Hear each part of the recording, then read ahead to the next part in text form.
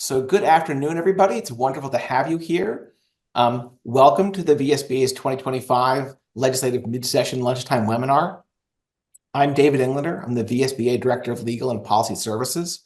We also have with us our Executive Director, Sue Siglowski.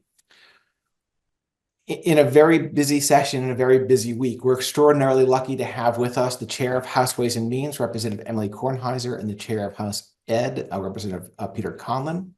I'm going to do a brief overview of what we'll be doing today, and then we'll get started and get me off the main screen.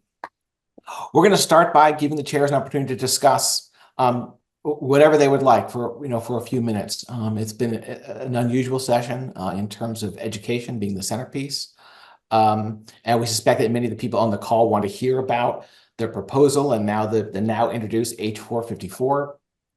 And how that's going to be prioritized. But of course, there are many other pieces of legislation that have been introduced. At that point, we'll move to a question and answer session. We're going to start with questions we've already received from board members. That we've received several, so folks will be patient. And then we'll have an open session of questions and answers. We are going to ask that you use the Q&A box, and please use the chat only for technical difficulties. And Amy will be addressing that because I could not possibly be worse at addressing technical difficulties. Do be aware we've received a large number of questions. We hope to get to yours. We anticipate that we will. We apologize if we don't. If we have time at the end, we'll let our esteemed guests go, and then we can spend some time talking general advice about advocacy and any questions that we as the VSBA might be able to answer. When the call ends, there'll be a little poll with a few questions. We'd be incredibly grateful if you would fill those out.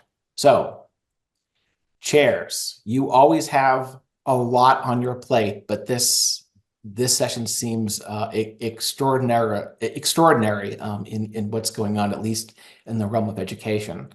So, if you want to take a few minutes to have some opening remarks, that would be incredibly wonderful. Chair Conlon, would you mind kicking us off? Happy to welcome everybody, and thanks for being here and your interest in these issues. I'm Peter Conlon from Cornwall, and I'm the chair of the House Education Committee.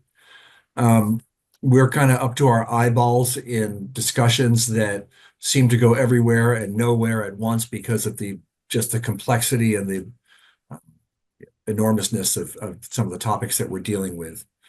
The governor's, the bill language for the governor's proposal has finally landed in our committee. We've obviously been sort of working off of PowerPoint presentations and other things to sort of work within the concepts. And now we've got a 190-page bill that outlines more of it. And even that has significant gaps in it that we continue to need to talk about. So we're sort of working through a lot of the concepts. We've been laying a lot of the groundwork to have these conversations, and we're also really trying to take sort of all the ideas and figure out, okay, what is a 5-year plan to make these things happen? And I'm speaking about the policy and governance side. Emily will talk more about the funding side, but they are all obviously intertwined.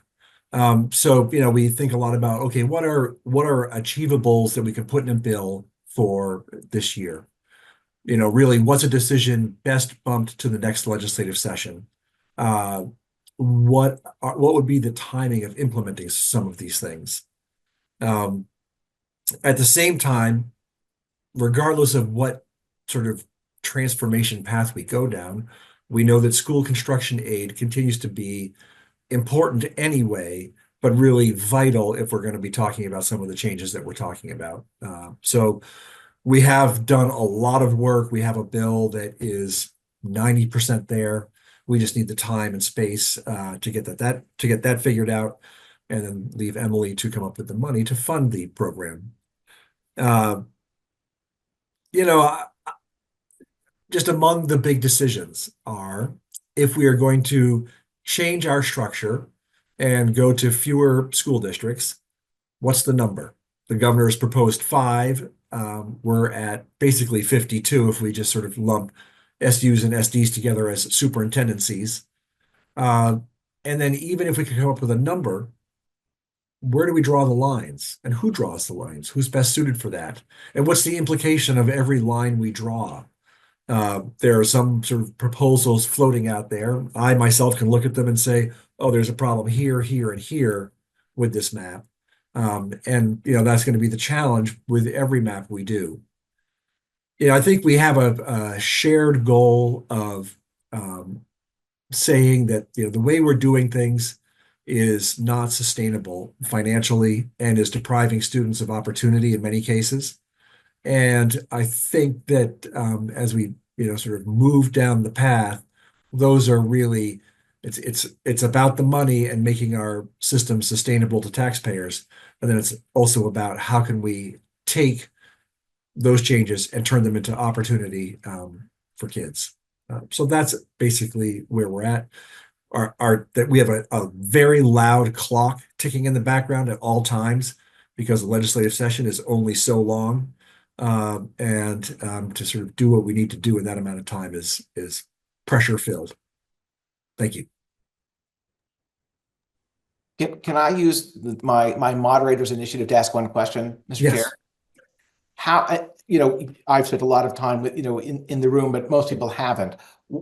How are you envisioning the next steps, thinking specifically about districts? You kind of took a straw poll last week. What are you thinking about specifically about next steps concerning districts in particular?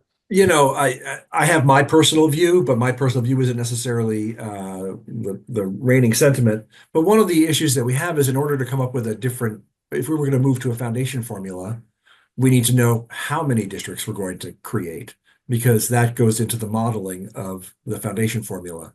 So I guess first we need to settle on how many, where those lines get drawn in the future. I'm not, the committee is somewhat torn. Um, I'm not sure that in the time we have left that we can draw lines in a responsible way. But maybe we can. And again, Emily and I are just one side of the equation. We have a whole other body called the Senate that will be sort of weighing in on all of this themselves. Thank you. Hi, everyone. I'm Emily Kornheiser. I'm the chair of the House Ways and Means Committee. I'm from Brattleboro, where I am grateful to be sitting right now. Sun just came out. And before I launch in, just want to congratulate all of you on the series of really responsible budgets that all seem to have, the majority of which passed this week. And I'm sorry for those of you whose didn't, but it feels like a sea change from a year ago. And I want to acknowledge the hard work that led to that and also just sort of the political waves that might have contributed to that and who knows what else. But I'm glad for that in any case. I'm also, we're all, but I know Peter and I are acutely aware, and I know at least my committee is acutely aware of as we begin this work or continue this work in the legislature, communities like Slate Valley, whose budget did not pass, despite keeping tax rates incredibly low year after year. And so as we do our work, know that those are sort of some key issues that we're thinking about, those districts that have been chronically underfunded under our current system.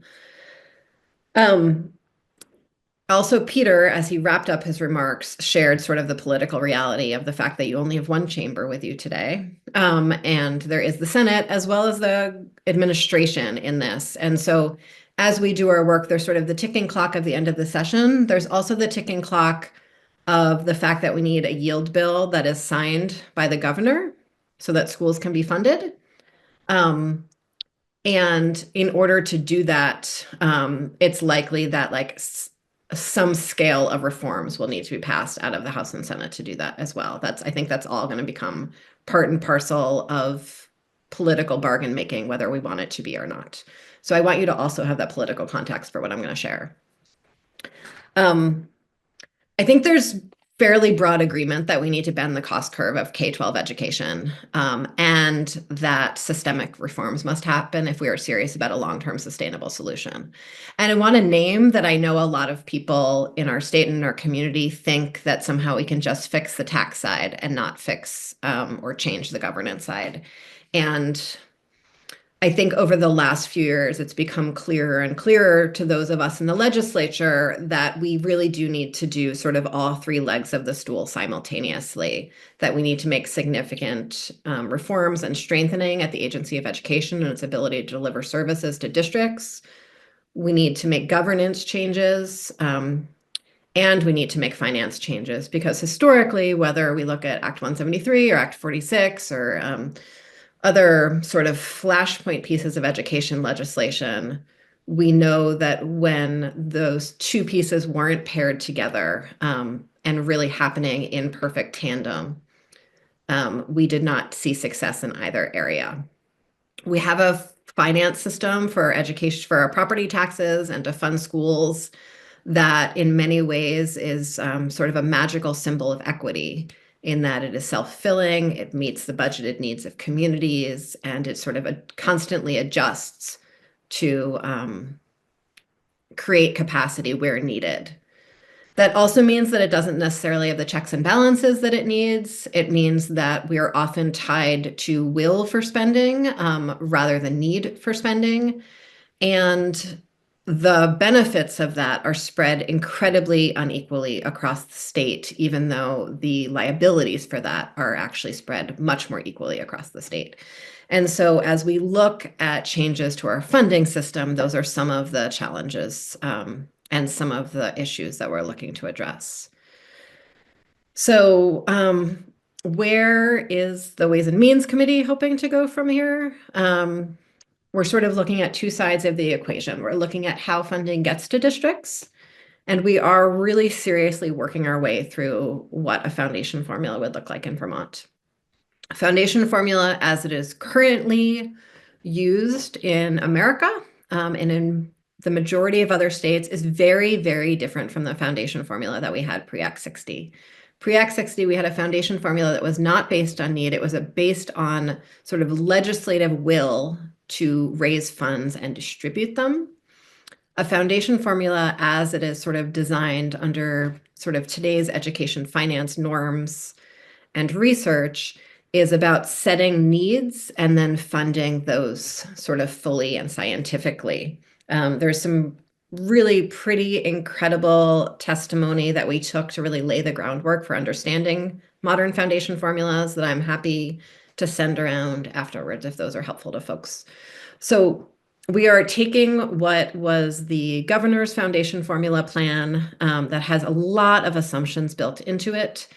That's called an evidence-based model, meaning the numbers are built out of what sort of an ideal, highly functioning school system would look like.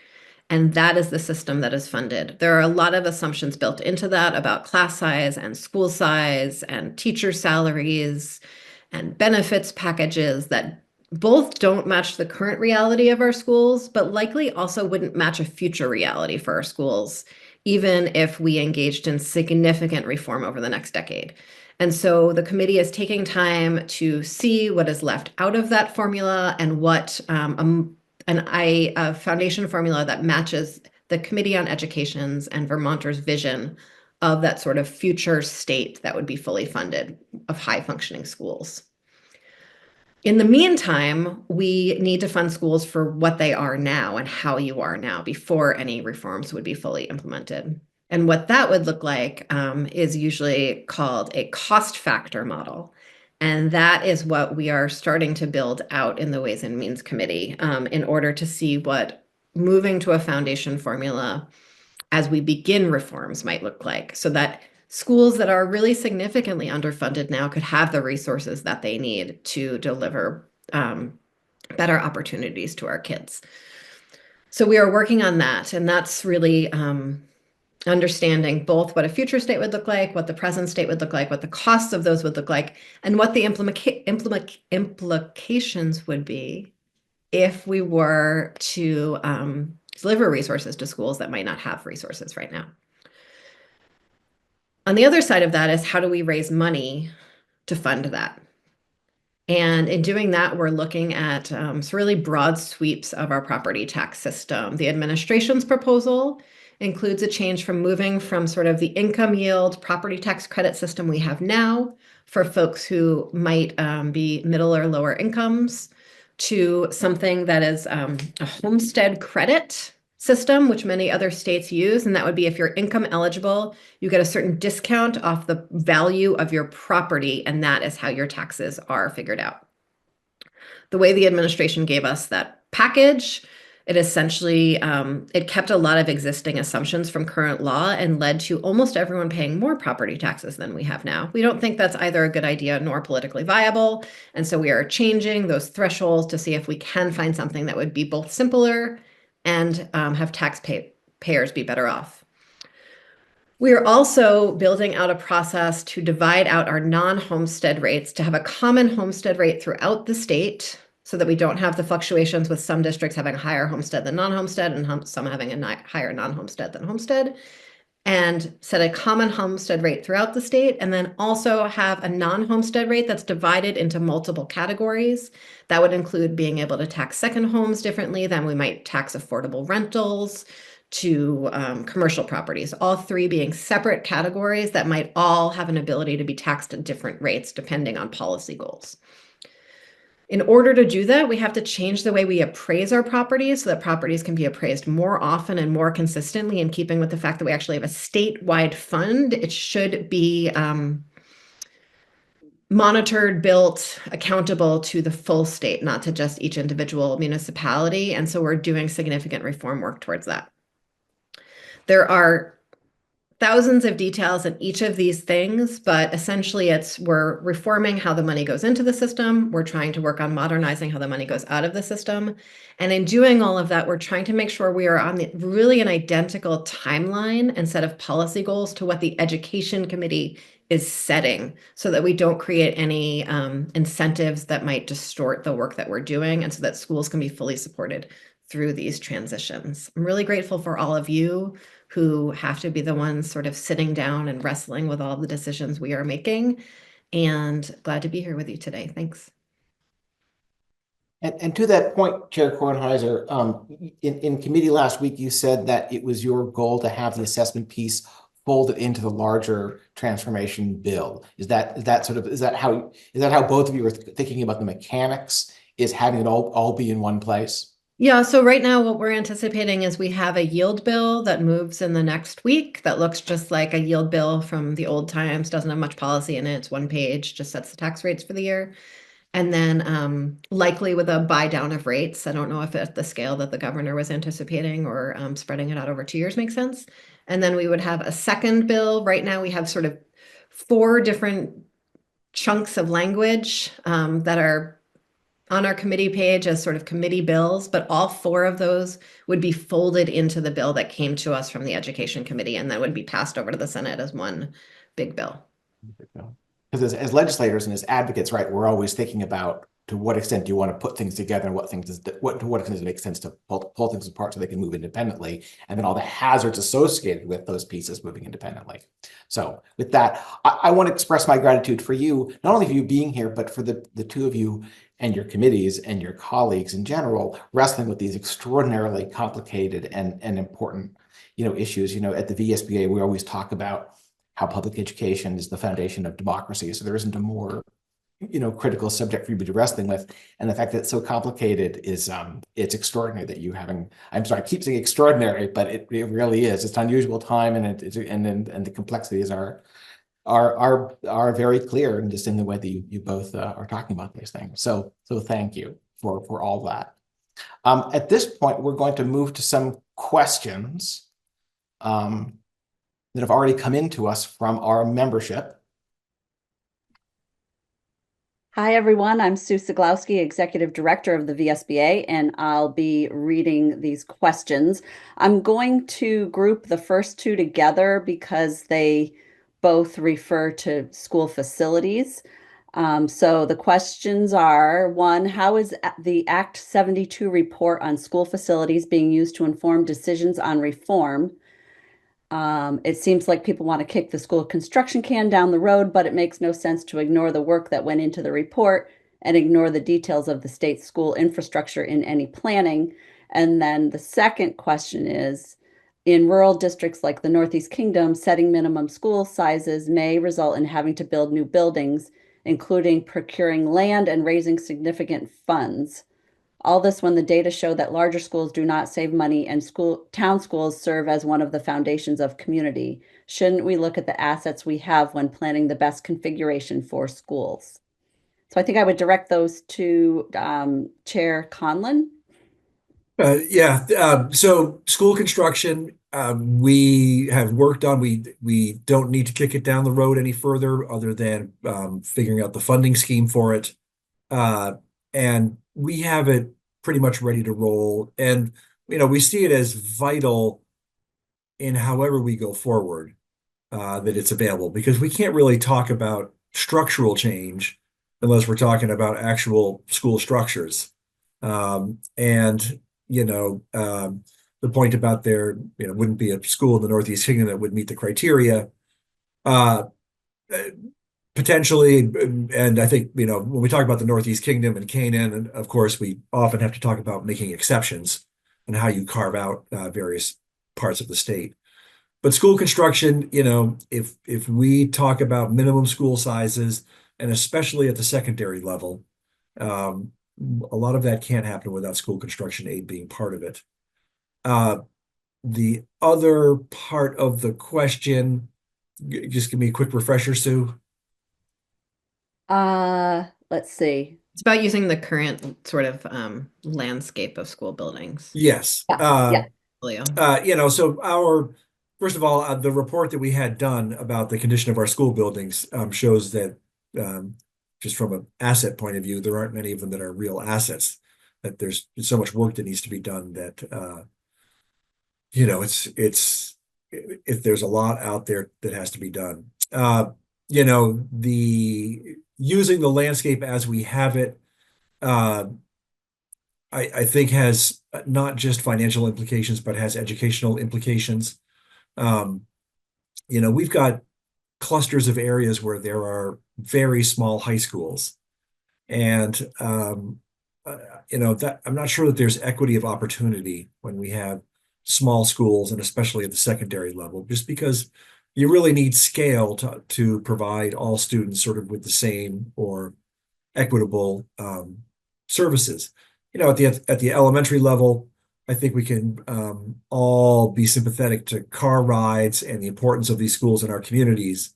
But we also have schools where, a nurse may only be there a half a day a week, or, so many other shared personnel. And, shared personnel, we spend a lot of time paying them to drive around. So we'd like to see where there are opportunities, but some of those opportunities may be best at different levels of education. And I just want to add one detail, that when we talk about, when I talk about sort of finding the pieces in the foundation formula that were left out, a big part of our work is really unearthing some of the hidden costs in the governor's proposal. And the school construction is sort of the screaming unhidden cost that is not named or calculated in the context of the proposal. And so that is a significant amount of work. It will certainly cost a different amount than the school construction, than the school facilities report said, but there are reasons it might cost more and reasons it might cost less. So that's going to be a big part of the work ahead of us, and it's a big part of the costs that are not sort of part of the current conversation.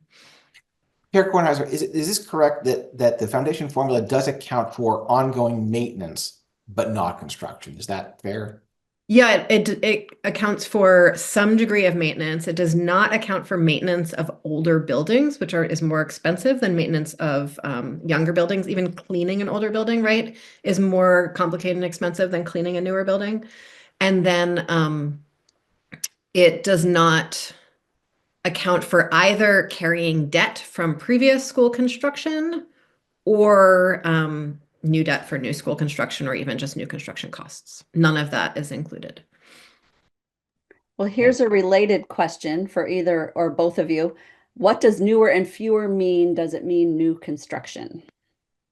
Newer and fewer is a term we stole from Rhode Island in their school construction program. And it really, it does have a goal of let's invest in newer and fewer rather than sort of maintaining our current portfolio of schools, not only as a way to use the money more wisely, but also as a way to really create schools that students and teachers are excited about being in. Thank you. I'm going to sort of combine two questions that we received regarding Act 46. The first one was, is there an Act 46 study report post-merger? And then the next one sort of was submitted by a different person, but it sort of answers that and says, given the mandated review of the impact of Act 46 has never occurred, how can the legislature determine the expected comprehensive impact of consolidation?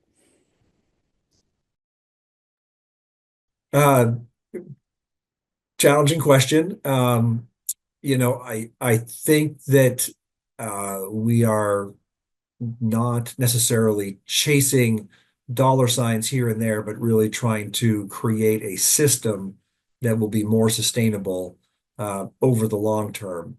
I think that if you really want to take a deep dive into Act 46, it would be largely anecdotal to get the information, but I think you'd hear a lot of positive anecdotes. I think you would hear a lot about one-time savings by consolidating. And I think you might also hear about how those savings may have been used in order to fund other things, such as building maintenance and building improvements.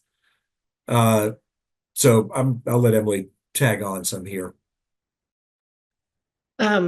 I appreciate that the tongue-in-cheek question about where the report is, because it actually became something of an internal joke between all of our committees and the Agency of Education last year to try to hunt down that report.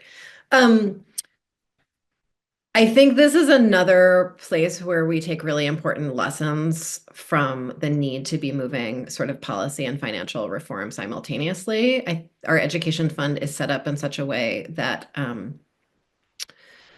districts, for very good reason, sort of maximize opportunities for themselves rather than looking statewide. And I think that's a lot of what happened for very good reason in the context of Act 46. And so I don't necessarily think that the absence of sort of ed fund savings points to a failure or a success of Act 46. I think it's just a feature of the way our finance system works. Thank you. I'm going to ask one more of the questions that we received ahead of time, and then I see that there's a few in the Q&A box, so I'll go over there in a moment. But I think this one is for you, Chair Kornheiser. It says, how come the governor's foundation dollar amount formula per pupil cost doesn't even account for the reinstated excess spending threshold, which now penalizes districts by including bond costs after a certain start date in the cost per long-term weighted ADM calculation? Well, the governor's foundation formula doesn't account for a lot of things, but and I can't answer why or why not, because I have not gotten answers to some of that myself. But what I will say is that there would not be an excess spending threshold system in the governor's proposal. What there would be is an ability to raise funds over the cost, over the foundation formula amount. So it would not be an excess spending or an excess spending penalty the way the governor's proposal functions. It would be a system called a state guarantee where there would be sort of a separate tax rate over and above your education payment. In actuality, it would probably function very much like an excess spending threshold for communities, but it is sort of constructed differently and named differently, and the back end is slightly different. And would not have, as currently proposed, would not have any guidelines on how that money should be spent or not spent or anything like that. The reason the excess spending penalty, as reinstated, does not include future bond payments is a real interest in sort of pausing new construction for a year or two while we figure out what we are doing with school construction and school construction dollars. Thank you. I'm going to move over to the Q&A. So this one, it says, I am also the Shoreham Town moderator. At our Shoreham Town meeting, many folks were very much concerned with the federal funding that Vermont is in jeopardy of losing. Folks felt that any educational funding changes and reductions should take that into account.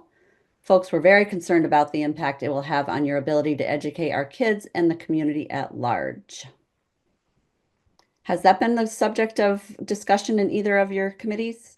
It hovers in the background like a dark cloud. I would say that we haven't talked about it directly because we still don't really know what the federal government is doing with educational aid in particular. I mean, only was it just Friday that Linda McMahon announced that basically she's going to oversee the dismantling of the Department of Education, but that looking at where other agencies can sort of take over the role of, I assume, doling out the federal dollars. So it's really hard to calculate or work this into the calculation. We have no idea what it is.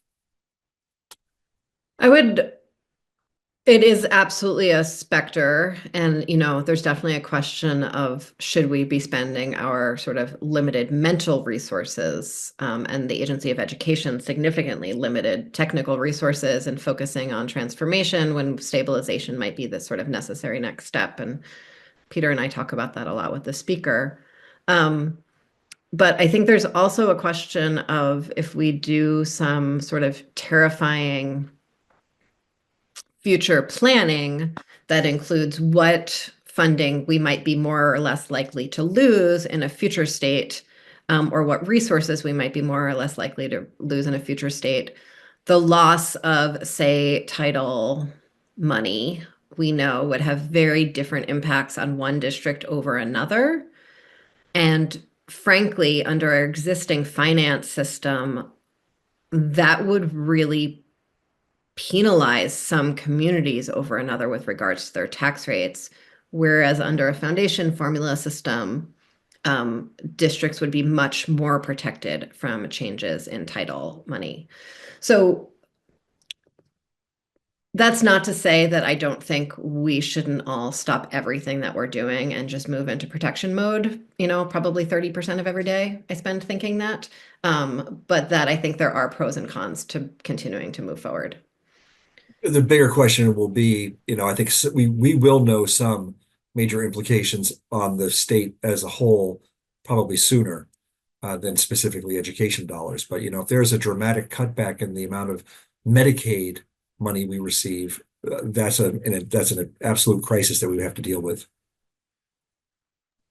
Thank you. Here's another one from the Q&A box. How much of a discussion in your committee has your committee had about retaining the State Board of Education and its authority? Our committee's talked about it a lot. We've heard from the state board. We've obviously heard from the administration and their proposal.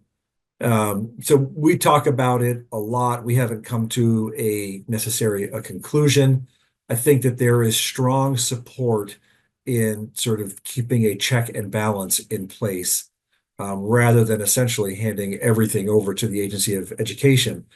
I think as long as we have a 2-year governor and it's a politically appointed position, there's always going to be hesitancy to sort of give the agency all the power because it's subject to political winds.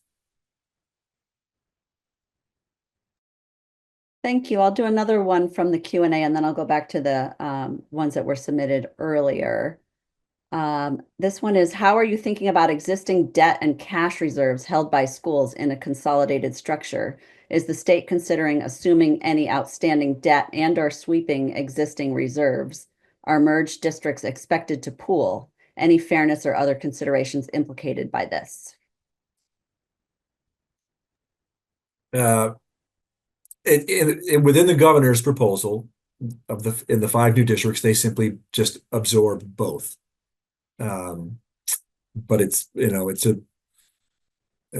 not as simple as that.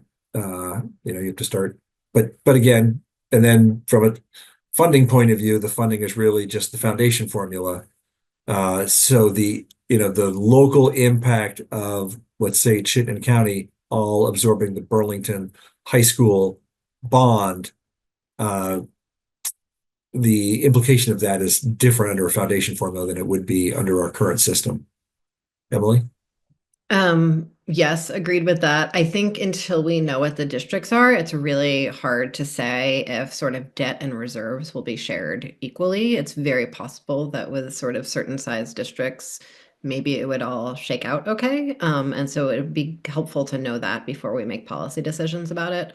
There's even a question about, and I saw a question sort of later in the chat about layoffs. 2 days ago, I spent a bunch of time doing research on unemployment insurance and how unemployment insurance liability would be carried in a consolidation, right? And so there are lots of questions about that when we get to mergers, and we are sort of considering and unearthing all of them. And whenever anyone comes up with a new one, please do share it with us. The unemployment was sort of a bonus find a week ago. Yeah, and I think that discovery that the unemployment liability is a big deal is just a tiny example, but a really important one of how any change we make has these implications that we don't necessarily know on the surface. Thank you. I'm going to move back to the pre-submitted questions. And this is more of a statement than a question, but maybe you can comment on it. It says, closing elementary schools with enrollments under 450 students puts the Champlain Islands on the list for having no local elementary schools. And I imagine there might be other places in the state that would be similar. Do you have any comments on that? Yeah, I would the what we do with schools and school sizes and at what level is going to have to be fleshed out a lot more than what we have. Because we can't have the islands with 0 elementary schools. There are parts of the state, obviously, where the idea of having an elementary school that size within a reasonable distance is next to impossible. And we even have that with high schools to a certain extent if we were to do some serious consolidation there. So yeah, we are now sort of trying to work with maps that will show us those as they exist today. But again, just another complicating example of everything we try to do has these significant consequences. Here's another one. I think this is for you, Chair Kornheiser. Given that property values do not equate with income level or liquid assets to pay property taxes, why isn't a more progressive hybrid tax model of 60% income and 40% property revenue included as a more equitable means to fund education?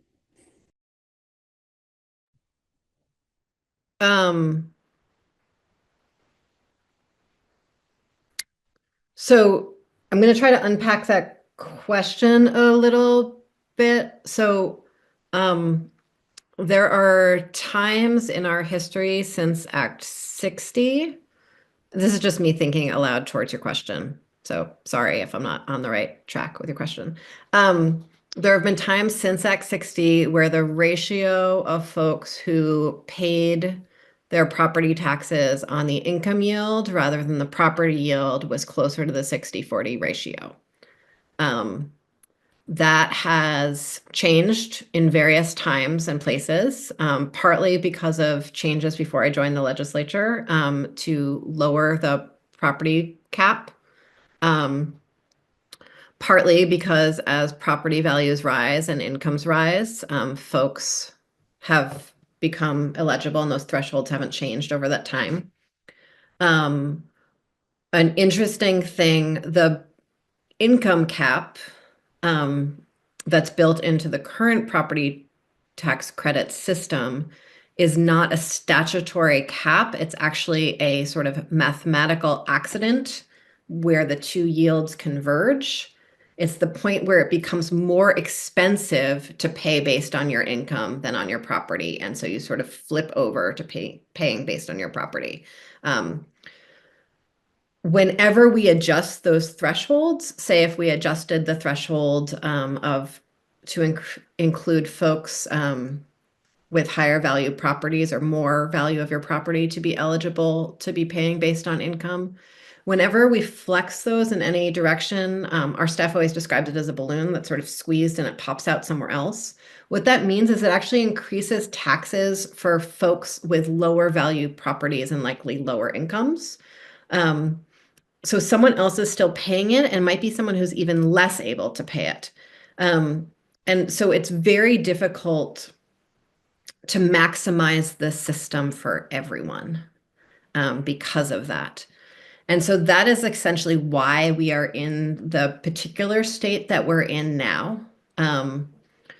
I think there's also a real philosophical question with regards to taxes that I don't have an answer to, but I think it's worth naming as a philosophical question, that if you have a piece of property that's valued very high, do you have more wealth and hence more sort of philosophical ability to pay than someone with a very low property?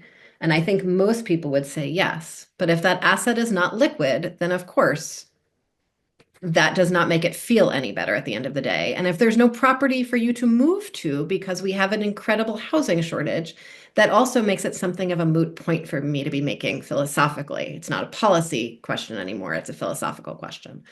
So we are working through all of that. My hope is that a new system of moving towards this homestead credit with very different thresholds would essentially have the impact of sort of lowering taxes for folks at varied income levels that we would be hoping to have under a sort of just a tweak to our existing system.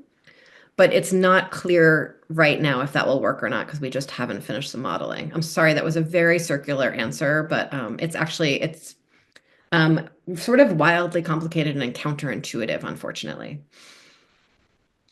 And I'm happy to have a longer conversation with someone offline if they want to really get into the weeds with me. Thank you very much for that explanation. Here's another one. What is being done at the state level to deal with the cost drivers of school budgets? I don't see state level mental health or social services structure improvements mentioned. I don't see needed improvements to the state school healthcare bargaining rules. I don't see a statewide teacher contract being discussed. I don't see anything being done to control healthcare costs. So can I answer that one, Sue? Sure, go ahead. So all eyes are on the Ways and Means Committee and the Education Committee. Thankfully, maybe the Education Committee more than the Ways and Means Committee. But we are not the only ones in the legislature working on this. So, today I had an hour-long meeting with the Treasurer's Office. They're working on this. All of your associations are working on this. In addition to that, almost every House committee is working on this.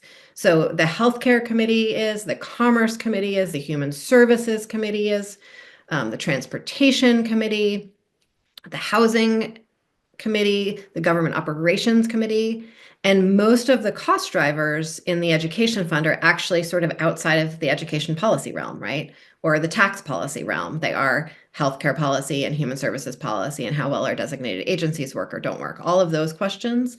And so the speaker has really given very significant sort of policy packages related to education cost drivers to those other committees, and they're supposed to be bringing them back to me and Peter. Of course, it's worth pointing out that these are the intractable problems because the healthcare, or not healthcare, but the mental health costs could probably be dramatically reduced from the education fund if we had more robust services from our DAs who are hampered by the inability to hire people because, frankly, the human beings don't exist in Vermont to do the work, and that, as everything does, spirals down to housing and many other factors. Healthcare in Vermont is expensive for everybody, and nobody's got the solution for it because it's largely a factor of our demographics. It's just a hard nut to crack. The healthcare bargaining, however, I need to check back with our government operations committee, not government operations, our House General Affairs committee to revisit that.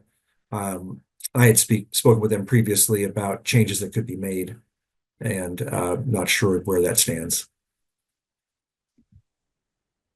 Thank you. Here's one that came in today. What is your interpretation of how H454 will deal with choice and the distribution of public funds to independent/religious schools? Yeah, this is the subject of lots of debate and interpretation. Um, in many ways, the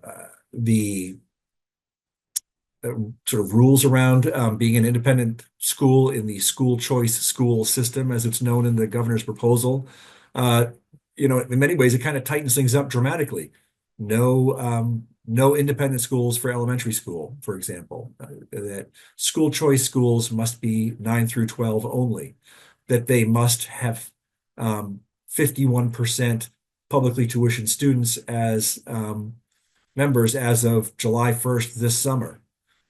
If you're not a school that has 51% public school dollars or public school tuition enrollment, you don't qualify. At the same point, it also requires open enrollment and when full, a fair and open lottery system.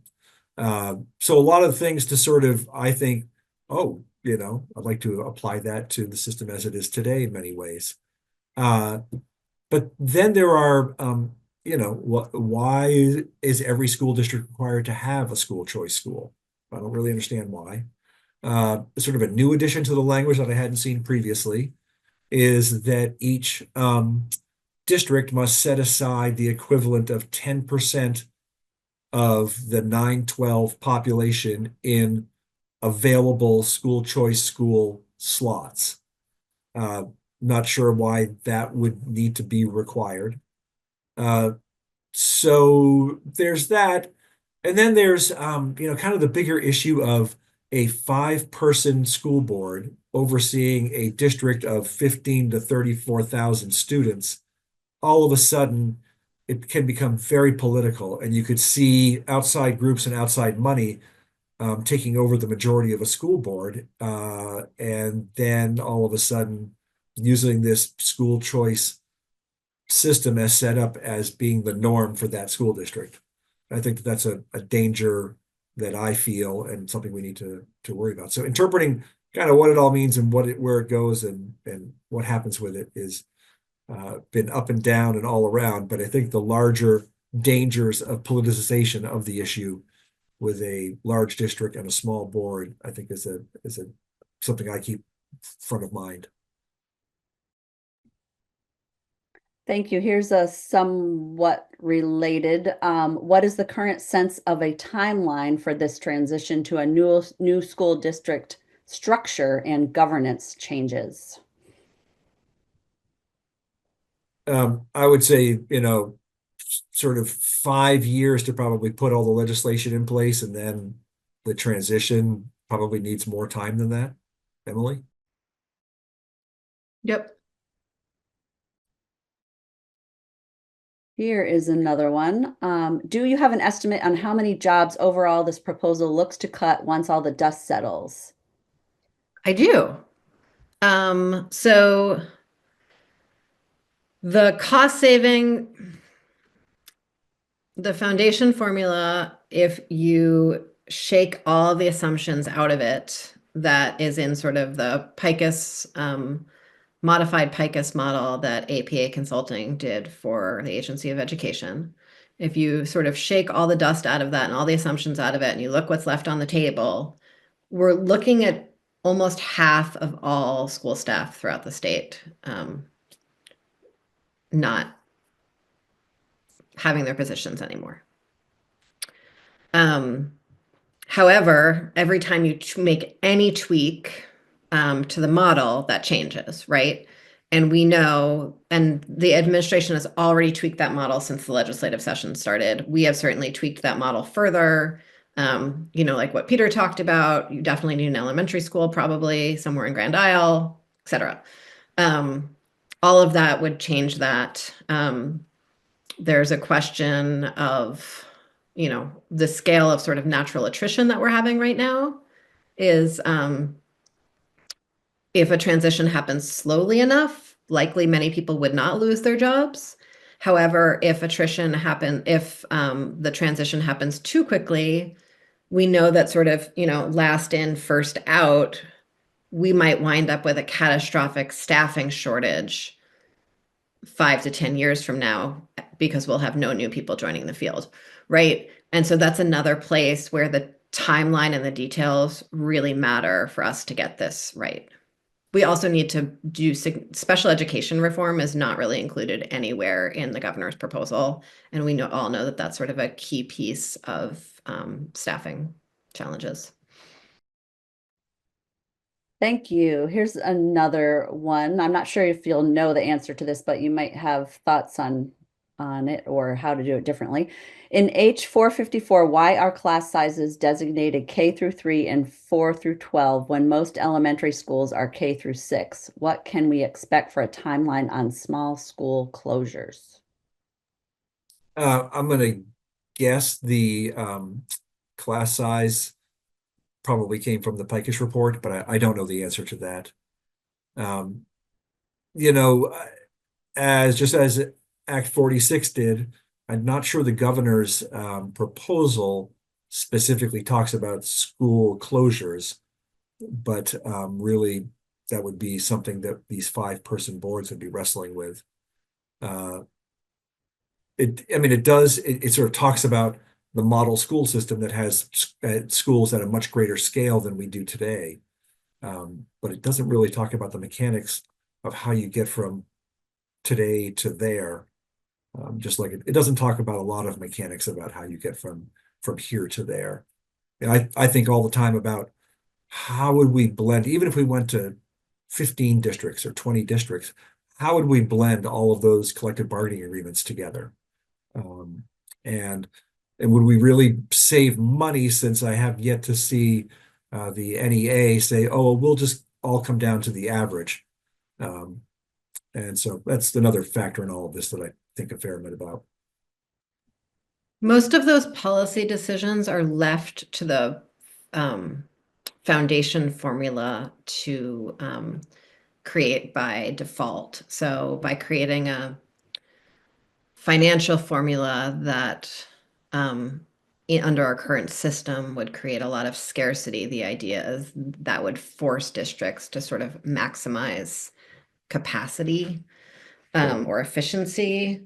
That doesn't seem fair to me, or, in conversations with Peter or many other colleagues, that those need to be explicit policy decisions, not implicit sort of Hunger Games type policy decisions. And so that's one of the reasons that we're sort of trying to shake all the assumptions out of the model. I think in terms of PICUS and having K3 be separate, it's not about the actual functioning of the school. It's about sort of best practices for educational outcomes and educational delivery. And K3 is sort of by all child development folks to be considered a very different period in a child's life developmentally with very different educational needs than sort of the 4 up. Thank you. Here's one from the southern part of the state. For the districts or SUs on the border of Massachusetts, have you heard about considerations to permit sending students to technical high schools in Massachusetts? Understanding the difference between technical high schools in Massachusetts and Vermont are dramatically different. There are obviously places along pretty much the Massachusetts and New Hampshire borders where we're going to have to take into account just what have been, what have been normal procedures all along, because there is really no other option. I think of White Mountain High School in Lancaster, New Hampshire. I think of the folks in Stamford, Vermont, who have been going across the border for high school for, decades and decades. So yeah, they're clearly going to have to be carve-outs in many different areas. Okay, here's one that came in ahead of time. It's more of a statement than a question, but I'll read it because we're getting toward the end here. I have served 12 years on my local school board, 5 years back in the early 2000s when Act 60 was introduced, and the last 7 years. I have little faith that in the rush to make wholesale changes to funding, plus drastic governance changes, that the legislative plan will be anything but a disaster. Please take your time and phase any changes over a longer time period. Yeah. Any comments on that? I think there's no question, probably in both Emily and my mind, that the governor's schedule for change, especially given the enormity of it, is far too aggressive. Here's sort of a related question. It's hard to believe that the governor's proposal was created in-house at AOE. What is the involvement of outside consulting firms or think tanks with their own agenda in this process? There's no question that AOE's been perfectly upfront about the fact that they have been hiring consultants to help them develop this plan. In particular, this group called APA. They're also very much involved with the development of whatever the CTE plan will be as part of all of this. I don't necessarily think they come with an agenda other than to provide the advice they're being asked to provide. The budget proposal for next year is interesting for the Agency of Education. Does include a request for an additional $4 million for the agency to fund a lot of this. And that is also, I would call it consultant heavy in their proposal as well. Thank you. I only have time for a couple more. Do you feel that the governor is willing to compromise, or is there a threat that he will veto a traditional yield bill until he gets substantially what he is asking for?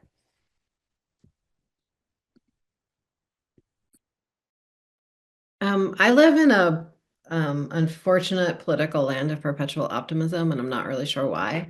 However, like I really don't know why, because all evidence points to the fact that he doesn't compromise and has never compromised. So we're gonna need to figure that out and be prepared for it, and we're trying to do that. I think that there's I suffer from the same malady as Emily, perpetually optimistic. And I would say that, like, for example, the 5 districts is probably something where there's room to maneuver without a veto being threatened everywhere.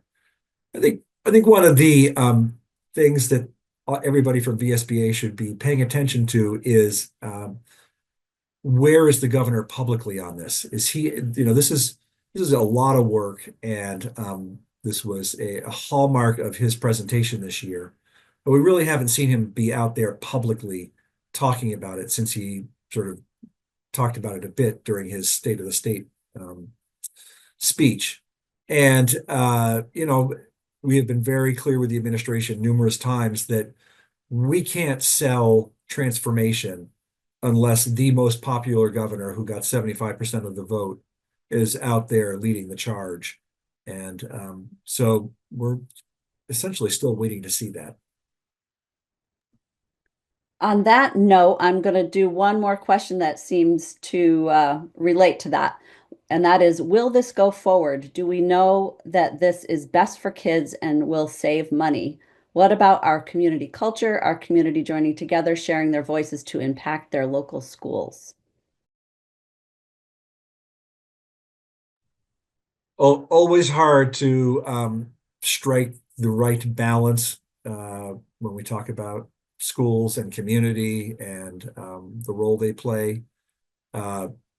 We are going to do our best to make sure that whatever moves forward is a positive change, and especially in terms of a long-term sustainable future for our public education system, and especially so that we don't go through what we went through last year. Thank you. And I'm sorry that I couldn't get to everyone's questions. There are so many wonderful questions submitted and very thoughtful questions. But we are past our end time, so I'm going to hand it back over to David Englander to close us out. So Chair Conlon, Chair Kornheiser, thank you so much for your time with unbound gratitude. Thank you both for your time today, but also, your work on behalf of Vermonters. So thank you. Great. Really appreciate all your interest in this. Of course.